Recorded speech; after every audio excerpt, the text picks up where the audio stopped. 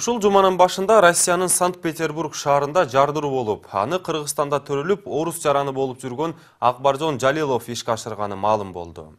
Жан кештинин түбү кыргызстандык болгондугу биздин ал жактагы жарандарыбыздын жашоосун татаалдаштырылганы айтылууда.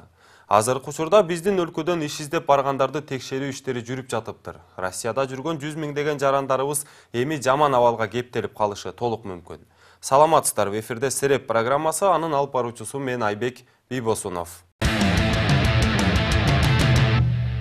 Терроризм кулачын кенен жайды. Бир катар мамлекеттердин эмес, бүткүл дүйнөнүн жүрөгүнүн үшүн алып, коркунучта кармап турган чагы.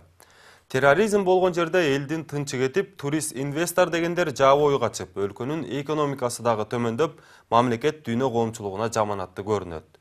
Мына ошондуктан исламды жамынган эл бузарлар менен күрөштү күчөтүү керек. Түшүнгөн кишиге ислам тынчтыкты сүйгөн, адамдарды жакшылыкка үндөгөн дин.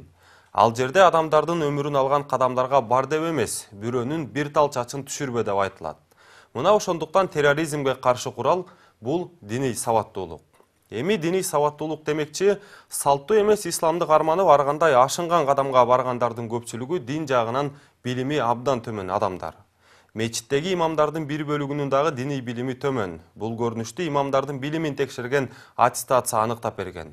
Кыргызстан жарандарынын көпчүлүгү ислам динин карманган мусулмандарбыз. Өкүнүчтүүсү исламды жамынган жаман ойдогу адамдар дагы толуп жатат. Алардын айынан өлкөнүн жана жалпы диндин аброюна шек келүүдө.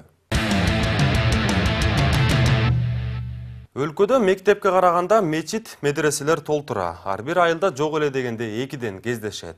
Мисалы, көпчүлүк медреселерде жалаң гана диний мүнөздөгү сабактар окутулат. Ал жерде эмне үчүн катардагы мектептердеги сабактар окутулбашы керек?